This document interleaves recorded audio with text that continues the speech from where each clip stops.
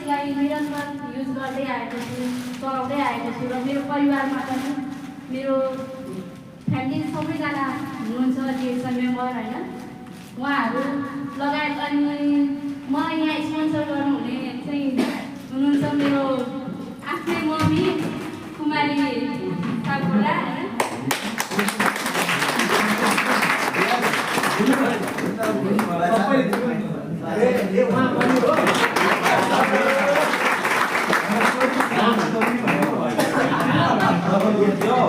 म चाहिँ यति भन्दै मेरो यहाँ दुई शब्द सुनाउन चाहन्छु। धन्यवाद। अथवा त्यसको महत्त्व नबुझ्नुले थाहा हुन्छ डिएक्सनको बारेमा। त्यसपछि उहाँले डिएक्सनलाई चाहिँ बुझ्दै जाँदै उहाँले विशेष डिएक्सनको बारेमा राम्रो कुराहरू सेयर गर्नुभयो। विशेष मेरोमा धेरै धन्यवाद दिने फेरि एकचोटि जोडा जाने समय र अझै हामीसँग यस्तो महान व्यक्तित्व हुनुहुन्छ र यतै कतै नजान्ला सबैजना धेरै अगाडि बसिनुहुन्छ, हामी देखिरहेका छौँ र अनुशासित गरेको सुनिरहनुहुन्छ।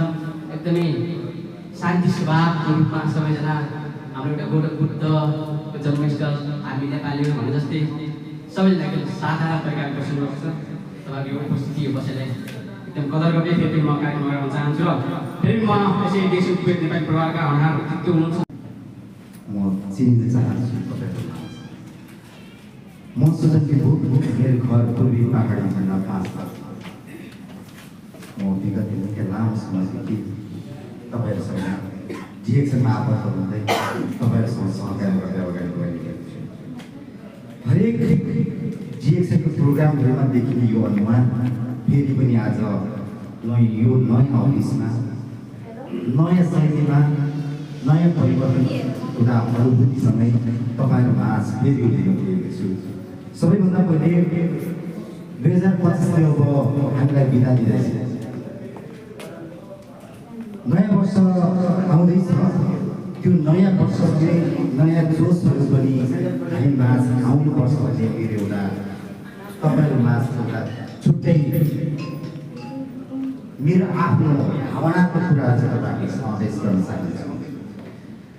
आज डिएक्सन यो हल जब बनेपछि मेरो पहिलोपल्टको यो जुन सेसन पनि हो। त्यसैले गर्दाखेरि पनि मैले आफूलाई यो हलमा यो नयाँ हलमा तपाईँहरूमा आज उभिएर बोल्नु पाउँदा मेरो आफ्नो अनुभव एकदमै छुट्टै महसुस भएको